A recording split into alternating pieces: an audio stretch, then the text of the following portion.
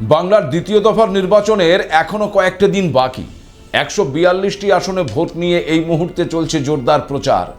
সমস্ত রাজনৈতিক দলের রথী মহারথীরা প্রচণ্ড দাবদাহ সহ্য করে, কেউ পায়ে হেঁটে, কেউ নদীবক্ষে নৌকো চেপে, কেউ মঞ্চ বেঁধে, কেউ আবার রাস্তার মোড়ে প্রচার করছেন। আর এই আবহে বাসে ট্রেনে কান পাতলেই শোনা যাচ্ছে একটাই প্রশ্ন, প্রথম দফার 152টি আসনে কি হবে, কে কটা পাচ্ছে বলুন তো। সত্যি বলছি, এই প্রশ্ন শুনতে শুনতে রীতিমতো ক্লান্ত হয়ে গেলাম। আরে বাবা, আর তো মাত্র কয়েকটা দিন, তারপরেই তো সবটাই জানা যাবে। 29 তারিখ দ্বিতীয় দফার নির্বাচন শেষ হবার পরেই বিভিন্ন সংস্থাগুলো তাদের এক্সিট পোল প্রকাশিত করবে।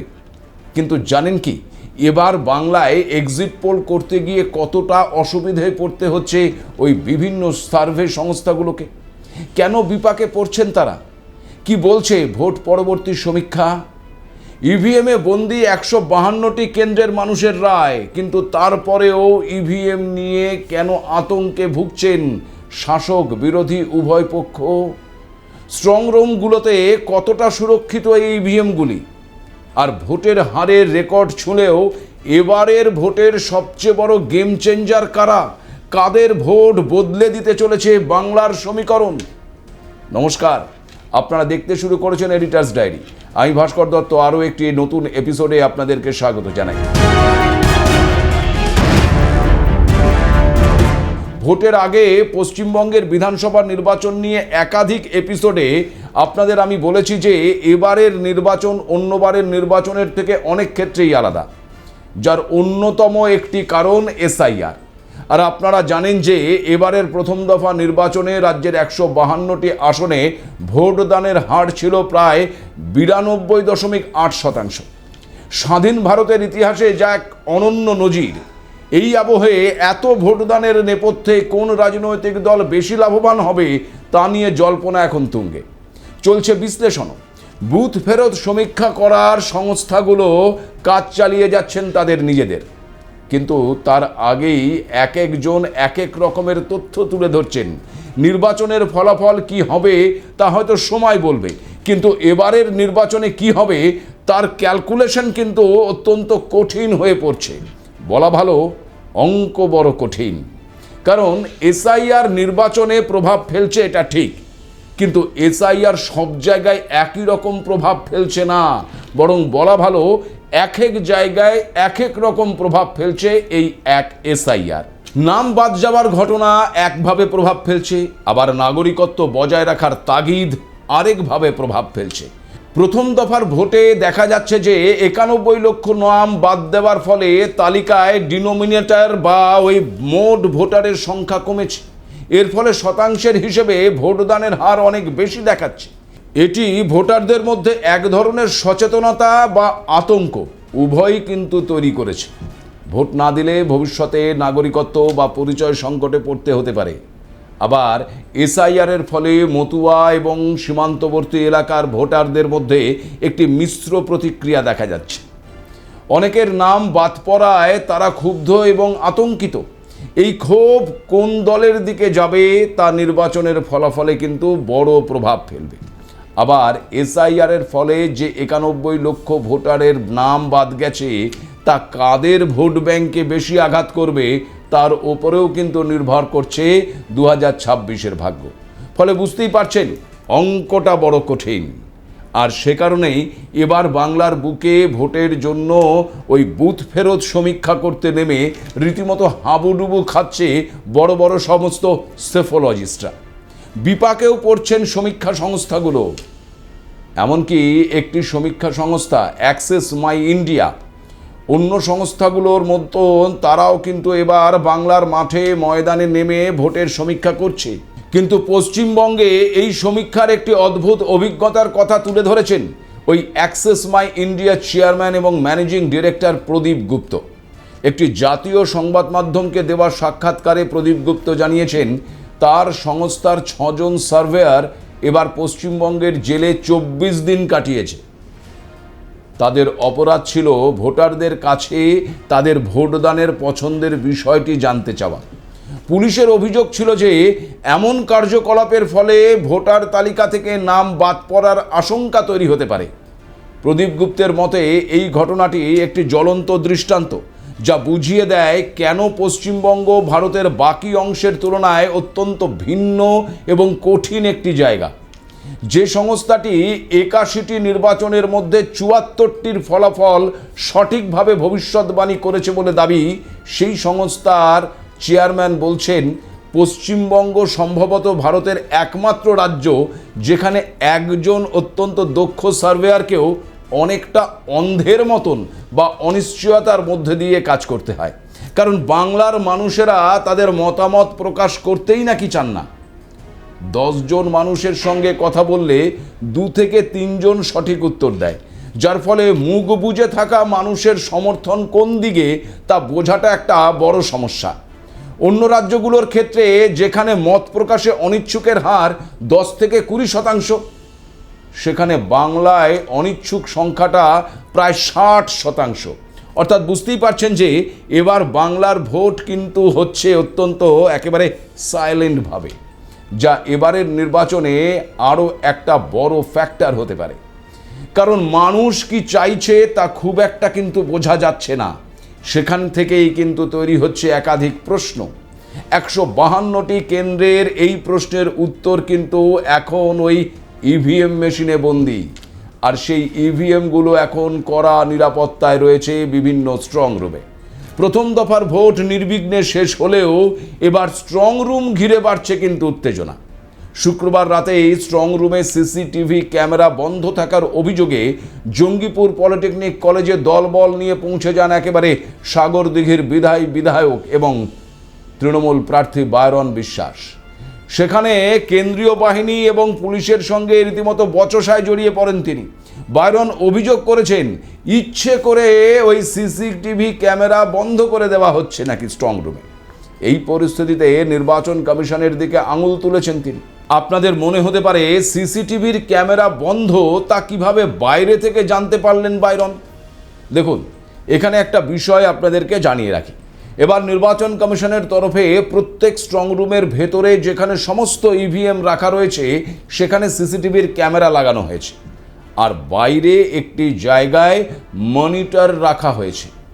সেখান থেকে প্রত্যেক দলের এজেন্টরা ইভিএমের ওপর নজর রাখতে পারছে। জঙ্গিপুর পলিটেকনিক কলেজে ফরাক্কা, শামশেরগঞ্জ, সুতি, রঘুনাথগঞ্জ, জঙ্গিপুর এবং সাগরদিঘি বিধানসভা কেন্দ্রের জন্য স্ট্রং রুম করা হয়েছে। বায়রনের অভিযোগ রাত 12টার দিকে এবং আবার রাত 1টার দিকে সিসিটিভি ক্যামেরাগুলো অল্প সময়ের জন্য কাজ করা বন্ধ করে দিয়েছে।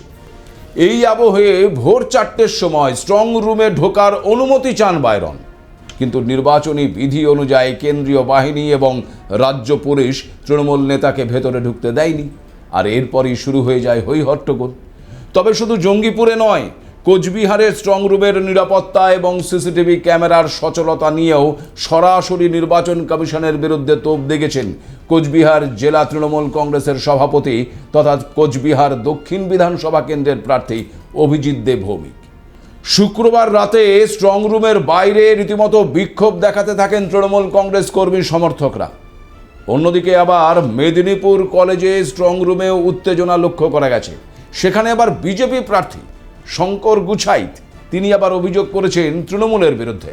তৃণমূল প্রার্থীর সঙ্গে তৃণমূল কর্মীরাও অবাধে নাকি ওই ডিসিআরসি সেন্টারের ভেতরে যাতায়াত করছে। আর এই ঘটনাগুলো থেকে একটা বিষয় পরিষ্কার, ওই 152টি আসনে বাংলার মানুষ তাদের রায় দিয়ে দিয়েছে। কড়া নিরাপত্তার মধ্যে সেই ইভিএমগুলো থাকলেও রাজনৈতিক দলগুলো তথা প্রার্থীরা যেন এক অজানা আতঙ্কে ভুগছেন।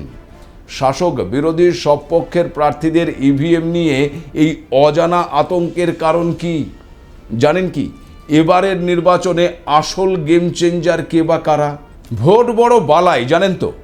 একটি ভোটের জন্য প্রার্থীরা কি না করতে পারেন তা আমার আর বলার কোনো অপেক্ষা রাখে না, আপনারা তা খুব ভালো করেই জানেন। কিন্তু ভোটের পরেও যে প্রার্থীরা নিশ্চিন্তে ঘুমোতে পারছেন না তা বোঝা যাচ্ছে বিভিন্ন স্ট্রং রুমের সামনে শাসক বিরোধীর এই অবস্থানকে দেখি। প্রশ্ন হচ্ছে, কোন অজানা আতঙ্ক তাদের তাড়িয়ে নিয়ে বেড়াচ্ছে? তারা কি মনে করছেন ইভিএম বদলে যেতে পারে? ইভিএমে ভূত ঢুকে সব কিছু ওলটপালট করে দিতে পারে? কি পরিস্থিতি একবার চিন্তা করুন। জানেন কি স্ট্রং রুমগুলোতে ইভিএমগুলোকে কতটা নিরাপত্তায় রাখা হয়েছে? এমনটা একদম নয় যে একটি ঘরে সমস্ত ইভিএম রয়েছে আর সেই ঘরের বাইরে নিরাপত্তা রক্ষীরা পাহারা দিচ্ছে। প্রথমত, ইভিএমগুলো ভোট শেষের পর প্রতিটি রাজনৈতিক দলের প্রতিনিধিদের উপস্থিতিতে ডাবল লক করা হয় এবং কমিশনের তরফে বিশেষ সিল দেওয়া হয়। স্ট্রং রুমে ইভিএমগুলো নিরাপত্তার জন্য থাকে ত্রিস্তরীয় নিরাপত্তা ব্যবস্থা। স্ট্রং রুমে একদম দরজায় 24 ঘন্টা মোতায়েন থাকে কেন্দ্রীয় সশস্ত্র বাহিনী। দ্বিতীয় স্তরে মানে একেবারে মাঝের স্তরে থাকে রাজ্যের সশস্ত্র পুলিশ বাহিনী, আর তৃতীয় স্তরে মানে একেবারে বাইরে জেলা পুলিশ বা স্থানীয় পুলিশ বাহিনী। এই ত্রিস্তরীয় নিরাপত্তা ডিঙিয়ে কারোর পক্ষে ওই স্ট্রং রুমের ভেতরে ঢোকা এক কথায় অসম্ভব। এখানে আরও একটা বিষয় আপনাদেরকে জানিয়ে রাখি, অনেকের মনে সংশয় থাকে যে ইভিএম ওয়াইফাই বা ওই ব্লুটুথ দিয়ে হ্যাক করা সম্ভব কিনা। তবে টেকনিক্যাল তথ্য অনুযায়ী ইভিএম একটি স্ট্যান্ড অ্যালোন মেশিন, এতে কোনো ইন্টারনেট সংযোগ বা ওই ব্লুটুথ চিপ থাকে না, তাই দূর থেকে এটিকে নিয়ন্ত্রণ করা অসম্ভব। আর স্ট্রং রুমের ভেতরের ছবি সিসি ক্যামের মাধ্যমে বাইরে বসে রাজনৈতিক প্রতিনিধিরা কিভাবে দেখতে পায় তা আমি আগেই বলেছি। প্রশ্ন হলো, তাহলে আতঙ্ক কেন? হেরে যাওয়ার আতঙ্কই কি তাদেরকে এবার তাড়িয়ে নিয়ে বেড়াচ্ছে? প্রশ্নটা কিন্তু থেকেই যাচ্ছে।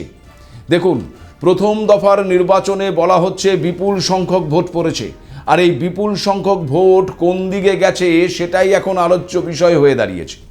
রাজনৈতিক দলগুলোর কাছে যা সবচেয়ে বড় প্রশ্ন। কিন্তু প্রশ্ন হচ্ছে, প্রথম দফায় সত্যিই কি বেশি ভোট পড়েছে? দেখুন, ডিনোমিনেটর বলে একটা শব্দ রয়েছে যার অর্থ হলো ভোটার কমে যাওয়া। অঙ্কের হিসেব বলছে যখন মোট ভোটারের সংখ্যা কমে যায় তখন সমপরিমাণ বা তার চেয়ে কম কিছুটা মানুষ ভোট দিলেও শতাংশের হিসেবে তা অনেকটা বেশি দেখায়।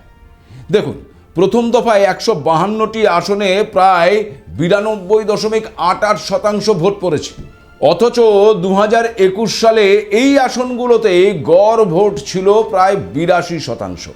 বিশ্লেষকদের মতে ভোটার সংখ্যা কমে যাওয়ায় এই হার 10 থেকে 11% এমনিতেই বেড়ে যাওয়ার কথা। প্রশ্ন হচ্ছে, শতাংশ বাড়লেও প্রকৃত ভোটার সংখ্যা কি বেড়েছে? দেখুন, আশ্চর্যের বিষয় হলো প্রথম দফার নির্বাচনে শতাংশের হার বাড়লেও প্রকৃত ভোটারের সংখ্যা গতবারের তুলনায় কিন্তু কমেছে। প্রাপ্ত তথ্য বলছে 2021 সালের তুলনায় প্রথম দফায় 152টি আসনে প্রায় 18 লক্ষ ভোটার কমে গেছে। এর অর্থ হলো ভোটার তালিকা থেকে ওই 91 লক্ষ নাম বাদ না পড়লে এই 92% হার কোনোভাবেই স্পর্শ করা সম্ভব হতো না। তবে শুধুমাত্র ওই অঙ্কের হিসেব নয়, মানুষের মধ্যেও ভোট দেওয়ার একটা বিশেষ তাগিদ কিন্তু এবার লক্ষ্য করা গেছে। সেক্ষেত্রে আবার বলা যায় যে মোট ভোটারের সংখ্যা কমলেও ভোটদাতার সংখ্যা আবার বেড়েছে, যার ফলে ভোটের হারে রেকর্ড লক্ষ্য করা গেছে। আর সে কারণেই সমস্ত রাজনৈতিক দলের কাছে সব হিসেব একেবারে ওলটপালট হয়ে গেছে। সে কারণে দেখুন, শাসক বিরোধী উভয় রাজনৈতিক দলের নেতারা এক একজন এক এক রকম এক্সিট পোল করছেন। কেন্দ্রীয় স্বরাষ্ট্রমন্ত্রী অমিত শাহ বলেছেন 152টি আসনের মধ্যে বিজেপি পাবে 110টি আসন। আবার উত্তরপ্রদেশের মুখ্যমন্ত্রী যোগী আদিত্যনাথ 122টি আসনের দাবি করেছেন। অন্যদিকে শুভেন্দু অধিকারী আবার দাবি করেছেন বিজেপি 125টি আসন পাবে বলে।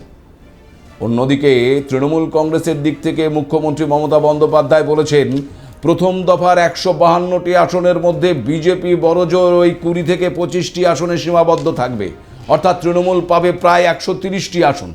আবার অভিষেক বন্দ্যোপাধ্যায় বলে আসছেন 2021-এর থেকে একটি হলেও আসন বেশি পাবে তৃণমূল, আর যদি তাই হয় তবে 152টি আসনের মধ্যে সিংহভাগই তার দখলে যাবে। অর্থাৎ শাসক বিরোধী উভয় দলের এক একজন এক এক রকম প্রেডিকশন করছেন। কে ভালো ভবিষ্যৎ বক্তা তা জানতে যদিও আমাদের কিছুটা অপেক্ষা করতে হবে। তবে একটা বিষয় না বললেই নয়, তা হলো এবারের প্রথম দফার ভোটের হারই কিন্তু বলে দিচ্ছে 2026-এর নির্বাচনে কারা আসল গেম চেঞ্জার। আগেই বলেছি, এবারের ভোটে বিপুল সংখ্যক ভোটারের ভোট দেওয়ার যে প্রবণতা তা কিন্তু লক্ষ্য করা গেছে। সেখানে একদিকে যেমন নতুন ভোটার আছে, তেমন বিভিন্ন রাজ্য থেকে আসা পরিযায়ী শ্রমিকরাও রয়েছেন। কিন্তু এবারের পশ্চিমবঙ্গের বিধানসভা নির্বাচনের ফলাফলে মূল নির্ধারক বা গেম চেঞ্জার হতে চলেছেন মহিলারা। কারণ প্রথম দফায় পুরুষদের থেকে মহিলাদের ভোট বেশি পড়েছে। মোট ওই 91.88% ভোটারের মধ্যে পুরুষ ভোটারের হার যেখানে 90.92%, সেখানে মহিলা ভোটারের হার 92.69%। অর্থাৎ এবার বাংলার মহিলারা শুধুমাত্র ভোটার নন, তারাই আসল নির্ধারক হতে চলেছেন। কারণ এই মহিলা ভোট লক্ষ্মী ভাণ্ডার নাকি মোদি কি গ্যারান্টি, কোন দিকে যাচ্ছে সেটাই কিন্তু সবচেয়ে বড় বিষয়। কারণ মূলত দেখা গেছে নির্বাচনী অশান্তির আশঙ্কায় মহিলারা খুব একটা ভোট দিতে যেতে চান না। কিন্তু এবার প্রথম দফায় নজিরবিহীনভাবে অশান্তি কম হওয়ায় এবং ওই সিসিটিভির কড়া পাহারায় মহিলারা কিন্তু নির্ভয়ে লাইনে দাঁড়িয়ে ভোট দিয়েছেন। তাদের এই স্বতঃস্ফূর্ত ভোটদান শাসক বিরোধী উভয় শিবিরের কপালেই চিন্তার ভাঁজ ফেলে দিয়েছে। তাই নির্বাচনী প্রচারে যে যাই দাবি করুক না কেন, মানুষই শেষ কথা বলবে। আর সেক্ষেত্রে মহিলাদের অবস্থান থাকবে একেবারেই অগ্রভাগে। দ্বিতীয় দফাতে 142টি আসনের ভোটেও যদি মহিলাদের এই অবস্থানটাই বজায় থাকে, তবে আরও নিশ্চিত করে বলাই যাবে যে এবারের ভোটে মহিলারাই আসল গেম চেঞ্জার। আজ এ পর্যন্তই। নমস্কার।